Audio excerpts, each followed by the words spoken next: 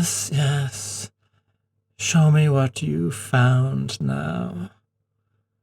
After your last feeble attempt to bring me a suitable specimen, I despair at the possibility of you ever bringing a fitting mate.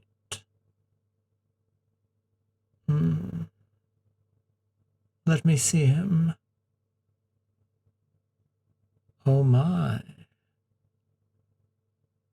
You are quite the surprise. Ah, yes. Leopard men, release him. You cannot imagine how difficult my servants can be. They mean well, but they have a nasty little habit of attempting to sacrifice anyone that they come across. Your friend, an elder gentleman. Ah, yes, they encountered him earlier. But rest assured, he is, well, our guest. Leopard men, go and fetch the elder man. Allow me to introduce myself. I am Queen La, ruler of Opar. And you would be Tarzan. Fascinating. You must satiate my curiosity, Tarzan. Tell me, how did you find the city? Opar lies deep within the jungle, and it is not often that outsiders manage to locate us. Ah, I see. Yes, given your distinctively developed physique, I can believe that you are quite accustomed to the rigors of the jungle. You know, it has been so long since I have conversed with another. My leopard men are reasonably decent servants, but as you can see, they are stoic. And I do find that I yearn for conversation, especially with such a handsome individual.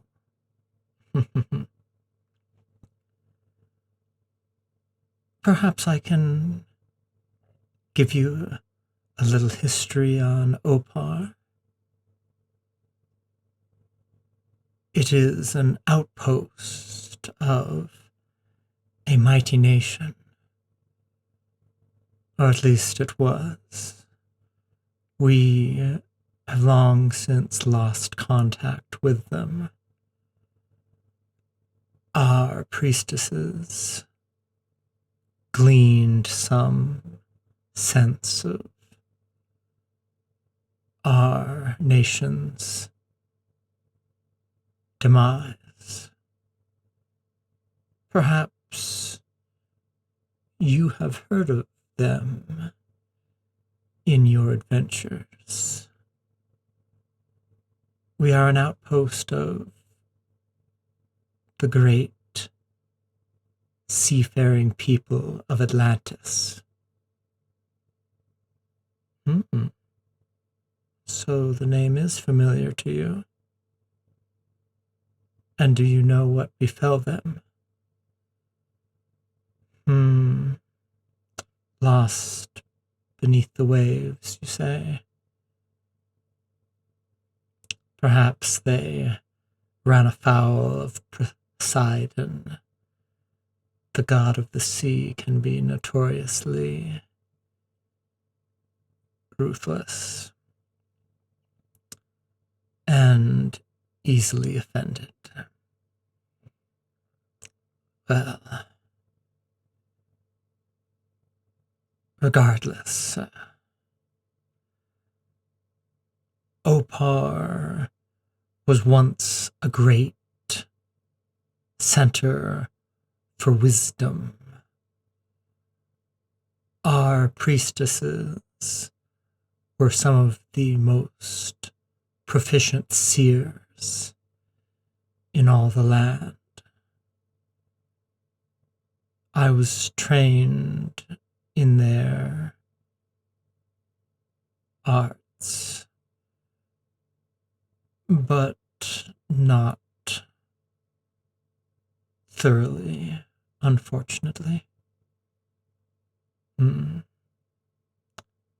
Yes. Sad as it is to say, I was raised by these leopard men. So you can see why I value the beautiful novelty of conversation with another human being. Really? So that is the origin of your prodigious strength. Raised by the apes after a shipwreck. The king of the jungle. Yes, I can see that that title does suit you quite well.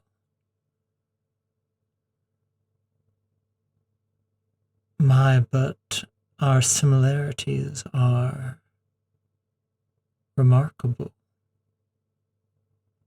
Both children raised in the savagery of the jungle, humans nurtured by animals, given the tenacity and courage to survive in this inhospitable climate. You thoroughly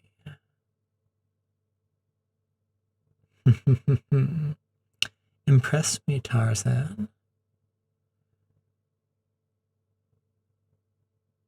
And besides this elder gentleman, do you have any other companions?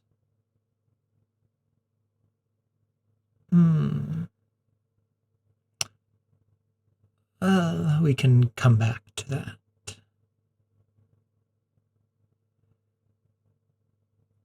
You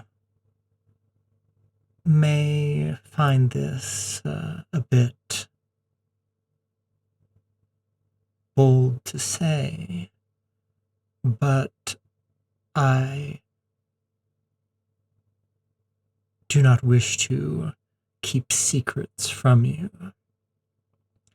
And the truth is that I have been greatly distracted of late, seeking, well, Opar has been too long without a king on its throne, just as I have been deprived the pleasure of a mate. You will think me forward, and make no mistake, I'm not suggesting anything untoward, but would you be willing to linger for a while here as a guest of Opar? We have many wonders, relics of the lost city of Atlantis, and treasures of our own, captured from conquered enemies, and mysteries pried from the clutches of the deepest parts of the jungle. And there's also, of course, the Queen of Opar herself, who would be very interested in striking up a friendship with the possibility for something more. Marvelous, marvelous. I shall arrange for you to have quarters near mine. That way, we can make the most of your time here. So tell me, what other feats of strength have you committed? Surely one who holds the title of King of the Jungle must have had to fight for it.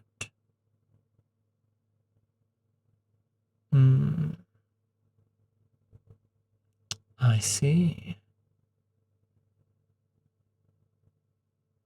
So you have faced both animal threats and the perils of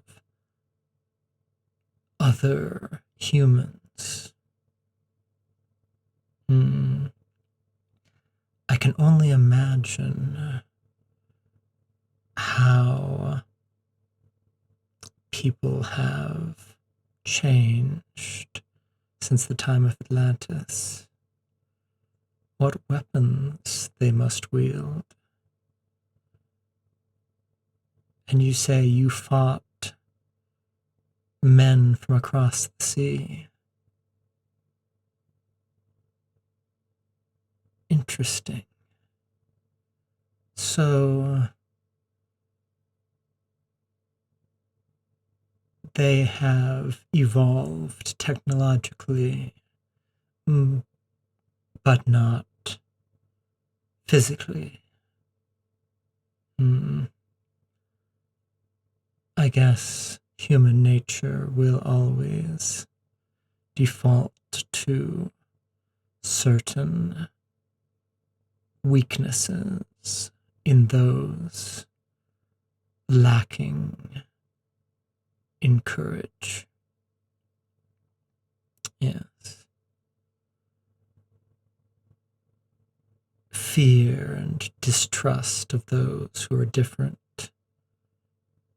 is a failing that is not easily excised from humanity. Well, you are simply full of surprises. I find myself growing distracted, and here I was to tell you more about Opar, and instead I find myself getting lost in your eyes and in those magnificent features.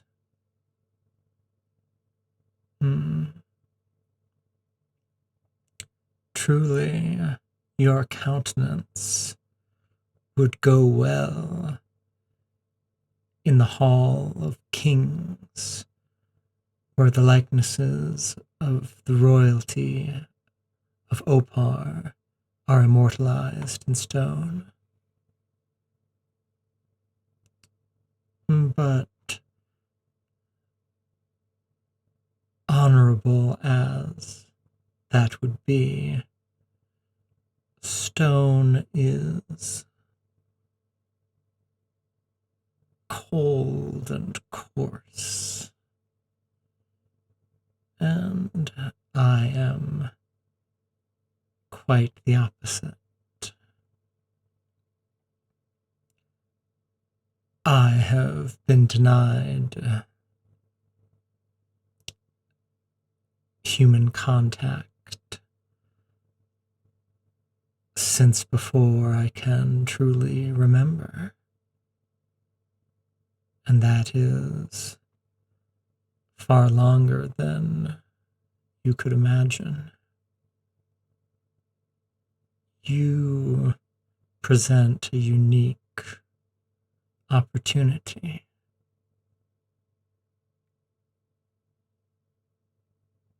I understand that you were not expecting such a welcome, but as I said, I find myself desirous of becoming your friend, or in truth, even more. The truth is that Opar needs a king, just as I need a mate. I'm not suggesting you rush into the idea, but during your time as my guest, will you permit me at least to court you?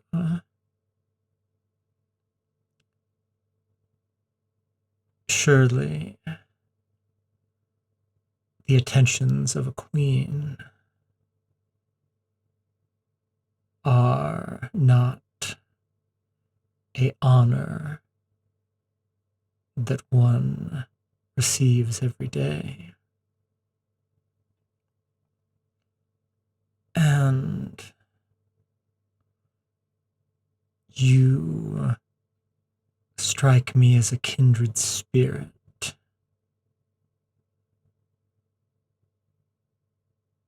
A child of the jungle. Marvelous. Well,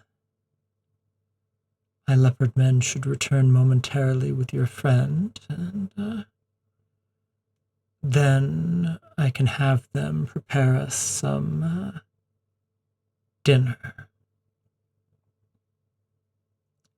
and I can show you some of what remains of the power of Atlantis and the other marvels of Opar.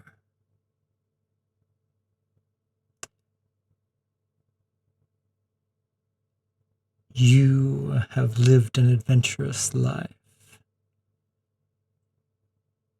Why not take a break from such hardship? You could find comfort here in my arms. I know secrets, am privy to powers that you could barely comprehend, myths made real. I would share these with you as my mate,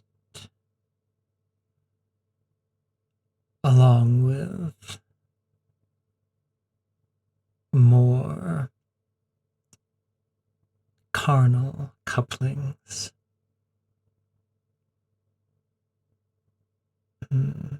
Good. Then I have piqued your interest.